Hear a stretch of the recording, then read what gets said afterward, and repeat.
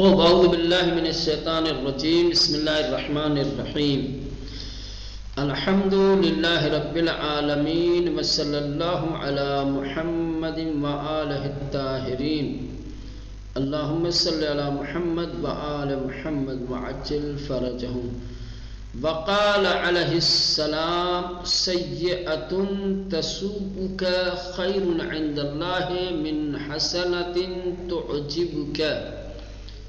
سیئۃن سیئہ یعنی نافرمانی، برائی، معصیت، گناہ، ٹھیک ہے.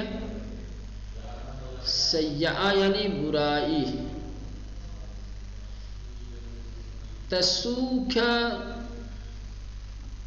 جو انسان کو رنجیدہ کرے، جو انسان کو شرم محسوس کرائے، جس کی وجہ سے انسان اپنے آپ کو حقیر اور پست سمجھے، اسے کہتے ہیں. تو عجب سے بنا ہے. عجب یعنی خود بزرگ بینی، سمجھ رہے ہیں کہ میں کچھ ہوں، اس کو کہتے ہیں عجب. اپنے آپ کو بزرگ سمجھنا، اپنے آپ کو بڑا سمجھنا، اپنے آپ کو بے عیب سمجھنا. سیئۃن ایسی برائی، ایسی معصیت، تسوک جو تمہیں رنجیدہ کرے، جو تمہیں شرمندہ کرے، جس کی وجہ سے تمہیں حقارت محسوس ہو. ایسی برائی کہ جس کی وجہ سے تمہیں حقارت محسوس ہو، جس کے بعد تمہیں رنج پہنچے، جو تمہیں رنجیدہ کر دے. خیر وہ بہتر ہے عند اللہ، اللہ کے نزدیک، من حسنۃ اس نیکی سے، اس اچھائی سے، تو عجبک جو تمہیں عجب میں ڈال دے، جو تمہیں بزرگ طلبی کی طرف مائل کر دے. بڑی خوبصورت حدیث ہے، سمجھ رہے ہیں. ایک اخلاقی اہم نقطہ امام نے بیان کیا ہے. اللہ کو بندے کی تواضع پسند ہے. اللہ یہ چاہتا ہے کہ میرا بندہ میری کبریائی کے سامنے خاشع رہے، خاضع رہے، اپنے آپ کو ناچیز سمجھے، اپنے آپ کو پست سمجھے. خدا کی عظمت اور بزرگی کے سامنے انسان کی کوئی اوقات نہیں ہے. اللہ کو تکبر، خود پسندی، عجب پسند نہیں ہے. اللہ دوست نہیں رکھتا ہے کبر و غرور کو، خود پسندی کو. اللہ تواضع اور انکساری کو دوست رکھتا ہے. اسی لیے شریعت کے جو واجبات ہیں، ان واجبات کو رکھا ہی اسی لیے گیا ہے. جو تکالیف اللہ نے اپنے بندوں پر عائد کی ہے، ان تکالیف کا فلسفہ یہی ہے کہ انسان کے اندر تواضع اور انکساری پیدا ہو. خدا کی عظمت اور اس کی کبریائی کے سامنے انسان ہمیشہ اپنا سر جھکائے رکھے، ہمیشہ اپنے آپ کو اس کے سامنے پست، ذلیل، ناچیز سمجھے. اب ظاہر سی بات ہے، اگر نیکی کر کے انسان تکبر میں مبتلا ہو رہا ہے، کار خیر انجام دے کر کے عجب کا شکار ہو رہا ہے، واجبات کے ذریعے سے، عبادتوں کے ذریعے سے، اعمال صالحہ کے ذریعے سے اگر انسان کے اندر بڑائی پیدا ہو رہی ہے، خود پسندی پیدا ہو رہی ہے، تو ظاہر سی بات ہے اللہ ایسی بندگی کو، ایسی عبادت کو پسند نہیں کرے گا. اگر بھولے سے کوئی غلطی ہو گئی، انسان نے کوئی معصیت کر دی خدا کی، لیکن معصیت کے بعد انسان شرمندہ ہے، معصیت کے بعد انسان اپنے وجود کے اندر ایک طریقے کی رنج کا، ایک طریقے کی حقارت کا احساس کر رہا ہے، تو ظاہر سی بات ہے ایسی شرمندگی، ایسا درد اور ایسا رنج کہ جو ایک غلطی کا نتیجہ ہے، ایک نافرمانی کا نتیجہ ہے، وہ اللہ کے نزدیک اس عبادت سے بہتر ہو جائے گا کہ جس عبادت کی وجہ سے انسان میں بڑائی۔ اصل اللہ چاہتا ہے کہ بندہ کیا ہے، میری کبریائی، میری عظمت کے سامنے اپنی حقارت، اپنی پستی، اپنی محتاجی کا خیال رکھے۔ اب ظاہر سی بات ہے یہ احساس پیدا ہونا چاہیے اچھائی کے ذریعے سے، لیکن اچھائی کے ذریعے سے اس طریقے کے احساس پیدا نہیں ہوتے۔ اچھائی کے ذریعے سے اس کے برعکس ایسی چیزیں کہ جو خدا کو پسند نہیں ہیں، مثلا کبر ہے، تکبر ہے، غرور ہے، نیکیوں کے ذریعے سے اگر انسان کے اندر کبر و غرور پیدا ہو رہا ہے تو یقیناً اللہ نہ ایسی نیکی کو پسند کرے گا اور نہ ہی ایسی نیکیوں کے ذریعے سے انسان کے اندر جو اوصاف پیدا ہو رہے ہیں اسے پسند کرے گا۔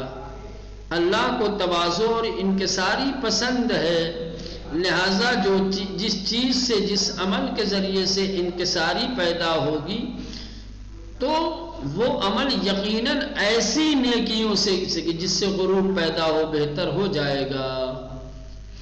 البتہ اس کا مطلب یہ نہیں ہے کہ اگر واقعاً انسان نے ایسی عادت اور ایسی خصلت بنا لی ہے کہ نیکیوں کے بعد، اچھائیوں کے بعد اس کے اندر بزرگ خیالی،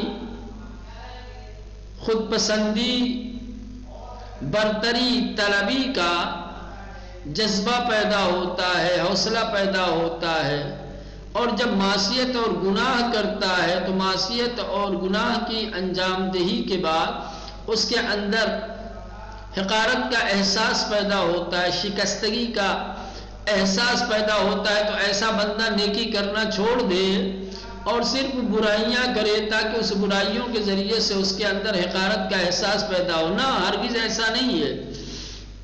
ایسے انسان کو چاہیے کہ وہ اپنی خصلت کو بدلے،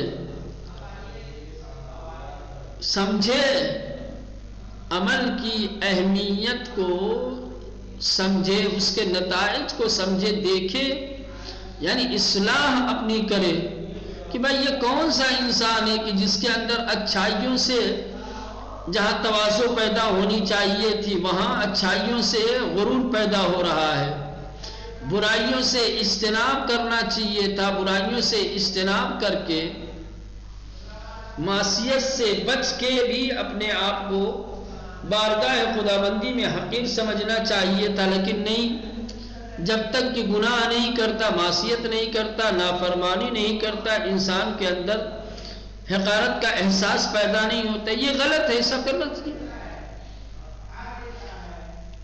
تو سیئۃ تسوءک، ایسی برائی، ایسی نافرمانی کہ جو تمہیں شرمندہ کرے، جو خدا کی بارگاہ میں تمہیں حقارت کا احساس دلائے، خیر، وہ برائی بہتر ہے اللہ کے نزدیک اس نیکی سے کہ جس نیکی کی وجہ سے تمہارے اندر عجب پیدا ہو، غرور پیدا ہو، تکبر پیدا ہو۔ اللہ غرور کو پسند نہیں کرتا، اللہ حقارت کو، تواضع کو، انکساری کو پسند کرتا ہے۔ وقال علیہ السلام قدر الرجل على قدر ہمته وصدقه على قدر مروته وشجاعته على قدر آنفته وعفته على قدر غیرته۔ بڑی خوبصورت حدیث ہے، بہترین حکمت ہے، بہترین امام کا یہ قول ہے۔ امام علیہ السلام نے اس حکمت نمبر 47 میں کچھ چیزوں کا معیار اور میزان بیان کیا ہے۔ انسان کی قدر و قیمت، انسان کی عزت، انسان کا وقار، انسان کو عزت کتنی ملتی ہے، انسان کا وزن کب اور کیسے اور کتنا بڑھتا ہے، انسان کی قدر و قیمت کا تعلق کس سے ہے، واسطہ کس سے ہے۔ قدر الرجل، انسان کی قدر و قیمت، اس کی ارزش، اس کا وقار، علی قدر ہمت ہی، اس کی ہمت کے برابر ہے۔ جتنی انسان کے اندر ہمت ہوگی، انسان کے اندر جتنا حوصلہ ہوگا، انسان جس مقدار میں جد و جہد کرے گا، کوشش کرے گا، اسی مقدار میں اسے عزت ملے گی، اتنی ہی اس کے قدر میں اضافہ ہوگا۔ انسان یہ چاہے کہ سستی کا مظاہرہ کر کے، لاپرواہی کر کے، اپنے فرائض، وظائف اور اپنے واجبات کی ادائیگی میں کوتاہی کر کے اپنے آپ کو محترم بنا لے، اپنے آپ کو قیمتی اور بارزش انسان بنا لے، تو یہ ممکن نہیں ہے۔ انسان کی ارزش کا معیار، انسان کی قدر و قیمت کا معیار اس کی ہمت ہے، اس کا جذبہ ہے، اس کا حوصلہ ہے، اس کی سعی و کوشش ہے۔ انسان اپنی زندگی میں، اپنی حیات میں جس قدر جد و جہد کرے گا، جتنی کوشش کرے گا، یقیناً اس کی وہ کوششیں رائگاں نہیں جائیں گی، وہ کوششیں اس کے لیے بزرگی کا، اس کی قدر و قیمت کا سبب بنے گی۔ اس کی جد و جہد سے، اس کے حوصلے سے، اس کی کوششوں سے ہی اسے قدر و منزلت ملے گی۔ تو انسان کی قدر و قیمت اس کی ہمت کے مقدار میں ہے، بقدر ہمت ہے۔ جتنی ہمت ہوگی انسان کے اندر، اتنی ہی انسان کی ارزش اور قدر و قیمت ہوگی۔ ہمت سے مراد یعنی تلاش، جد و جہد، کوشش۔ الا ان لیس للانسان الا ما سعی۔ ظاہر سی بات ہے، اگر انسان اپنی قدر و قیمت کے لیے سعی و کوشش کرے گا تو یقیناً اسے قدر و قیمت، ٹھیک، تو یہ ہو گیا کہ انسان کی قدر و قیمت کا معیار اس کی ہمت ہے، اس کا حوصلہ ہے، اس کا جذبہ ہے، اس کی سعی و کوشش ہے، اس کی تلاش ہے۔ وصدقہ علی قدر مروتہ، اور انسان کی صداقت کا معیار اس کی مردانگی ہے۔ وصدقہ، اور انسان کی صداقت کی قدر و قیمت اس کی مردانگی کے مقدار اور اندازے بھر ہے۔ انسان کے اندر جتنی مردانگی ہوگی اتنی ہی صداقت ہوگی۔ صداقت کی پہچان، صداقت کا معیار، صداقت کی میزان مردانگی ہے۔ جو مرد ہوتا ہے وہی صداقت کے ساتھ زندگی گزارتا ہے۔ جو لوگ صداقت سے دور ہیں وہ مردانگی سے، تو میں کیا کہہ رہا تھا کہ انسان کی صداقت، اس کی سچائی کا معیار، ٹھیک، اس کی مردانگی ہے۔ انسان کے اندر جتنی مردانگی ہوگی اتنی ہی صداقت ہوگی۔ انسان کی مردانگی کو پہچاننا ہے تو اس کی صداقت سے، انسان کی صداقت کو پہچاننا ہے تو اس کی مردانگی سے۔ صداقت کا معیار، صداقت کی میزان مردانگی ہے۔ جتنی مردانگی ہوگی اتنی ہی صداقت ہوگی۔ انسان اپنی مردانگی کو اگر ظاہر کرنا چاہتا ہے تو صداقت کے ذریعے سے ظاہر کرے. صداقت کے یہ زور بازو مردانگی کی علامت نہیں ہے. سمجھ رہے ہیں؟ طاقت ظاہری جسمانی طاقت یہ مردانگی کی علامت اور پہچان نہیں ہے. مردانگی کی پہچان صداقت ہے. مرد انسان ہمیشہ سچ کے ساتھ رہتا ہے، چاہے سچ کے ذریعے سے اسے فائدہ پہنچے یا اس کا نقصان ہی کیوں نہ ہو. اگر کسی صداقت سے، کسی سچی بات سے انسان کا نقصان ہو رہا ہو، ضرر ہو رہا ہو، تو جو مرد ہوگا وہ نقصان کو برداشت کر لے گا، خسارہ اسے برداشت ہوگا، لیکن صداقت چھوڑ دے یہ نہیں ہو سکتا، چونکہ وہ جانتا ہے کہ صداقت چھوڑنے کا مطلب پھر مردانگی پہ آنچ آئے گی، مردانگی پہ سوال اٹھیں گے. جگر چاہیے نا سچ بولنے کے لیے، یہ مردانگی ہے. تو جتنی مردانگی ہوگی انسان اتنا ہی صداقت کا پابند ہو کر کے رہے گا. وصدقہ، اور انسان کی صداقت، سچائی علی قدر مروتہ، اس کی مردانگی کی میزان و مقدار میں ہے. وشجاعتہ علی قدر آنفتہ، اور انسان کی شجاعت اور بہادری اس کی خودداری اور اس کی حمیت کے مقدار میں ہے. شجاعت اور بہادری کا معیار طاقت نہیں ہے، دشمن کو زیر کر دینا نہیں ہے. جتنی انسان کے اندر خودداری ہوگی، جتنی انسان کو اپنی عزت پیاری ہوگی، انسان جتنا اپنی عزت کو، اپنی حمیت کو دوست رکھے گا، پسند کرے گا، اتنا ہی شجاع ہوگا. شجاعت وہاں ہوتی ہے جہاں خودداری ہوتی ہے.